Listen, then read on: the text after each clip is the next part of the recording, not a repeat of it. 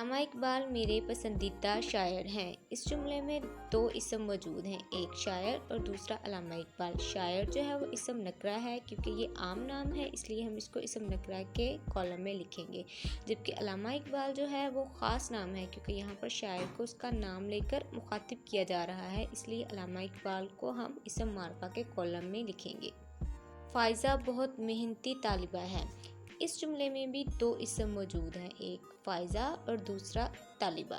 طالبہ جو ہے وہ عام نام ہے، اس لیے اس کو اسم نکرہ کے کالم میں لکھیں گے، جبکہ طالبہ کا جب نام لیا گیا اور اس کو نام لے کر پکارا گیا خاص نام سے، تو وہ نام فائزہ ہے جو کہ ہم اسم معرفہ کے کالم میں لکھیں گے۔ میرے گھر کے قریب ایک مسجد اور باغ ہے۔ اس جملے میں بھی دو اسم موجود ہیں، مسجد اور باغ، لیکن یہاں پر دونوں اسم جو موجود ہیں وہ اسم نکرہ کے کالم میں لکھے جائیں گے۔ کیوں؟ کیونکہ نہ ہی مسجد کا خاص نام لے کر پکارا گیا ہے کہ یہ بادشاہی مسجد لاہور ہے، اور نہ ہی باغ کا خاص نام لے کر یہاں پر پکارا گیا ہے کہ یہ شالامار باغ ہے یا پھر کوئی اور باغ ہے، اس لیے ہم اسم معرفہ کے کالم میں کراس رائٹ کریں گے۔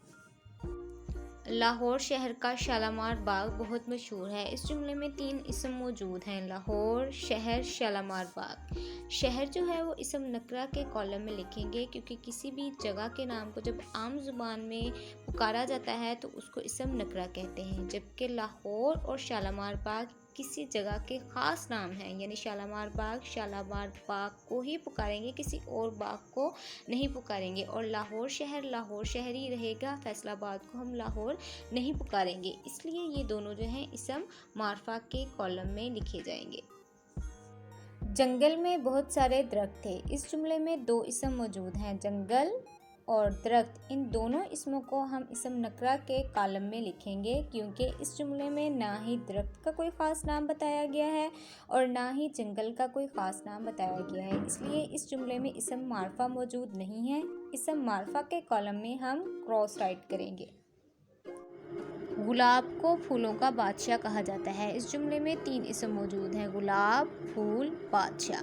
بادشاہ اور پھول ان دونوں کو ہم اسم نکرہ کے کالم میں لکھیں گے کیونکہ یہ عام نام ہے، جبکہ گلاب جو ہے وہ کسی خاص پھول کا نام ہے، اس کا اپنا نام ہے، یہ اسم معرفہ ہے، اس لیے گلاب کو اسم معرفہ کے کالم میں رائٹ کریں گے۔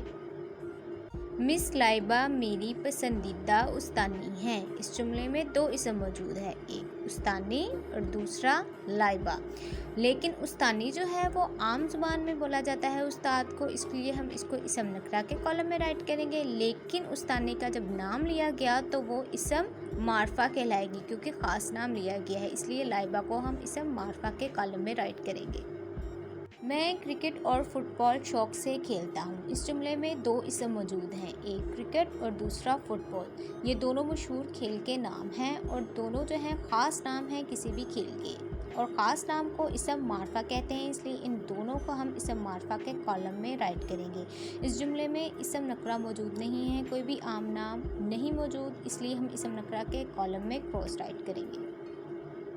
سوال نمبر 6 کا بے حصہ تفہیم کے لیے دی جانے والی عبارت سے 3 اسم نکرہ اور 3 اسم معرفہ تلاش کر کے لکھیے۔ میں نے سبق انار کی تفہیم میں سے 3 اسم نکرہ جو تلاش کی ہیں وہ ہیں ملک، پھل، صورت، ان تینوں کو میں نے اسم نکرہ کے کالم میں رائٹ کیا ہے، اور 3 ہی جو ہیں وہ اسم معرفہ تلاش کی ہیں، پاکستان، انار، الانعام۔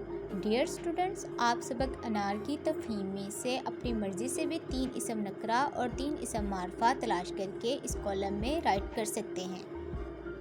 سوال نمبر 6 جیم حصہ اپنے ارد گرد کے ماحول سے اسم معرفہ اور اسم نکرہ کی 4 مثالیں تلاش کر کے لکھیے اور پھر انہیں اپنے جملوں میں استعمال کیجیے۔ اسم نکرہ کی جو میں نے 4 مثالیں تلاش کی ہیں اس میں سے نمبر 1 پر ہے بستہ، نمبر 2 کرسی، نمبر 3 دروازہ، نمبر 4 کمرہ، جبکہ اسم معرفہ میں قرآن پاک، پاکستان، علی، طوطا۔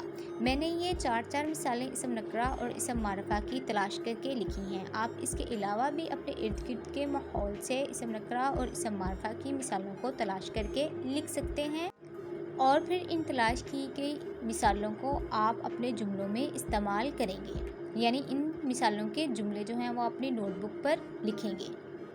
ڈیئر اسٹوڈنٹس، مجھے امید ہے کہ آپ کو آج کے سبق کی مکمل طور پر سمجھ آ چکی ہوگی۔ آپ اسم کی اقسام، اسم معرفہ اور اسم نکرہ کو اپنی نوٹ بک پر تحریر کریں گے اور سوال نمبر 6 کا الف ب ج حصہ کتاب پر تحریر کریں گے۔ ڈیئر اسٹوڈنٹس، اپنا خیال رکھیے گا۔ اللہ حافظ۔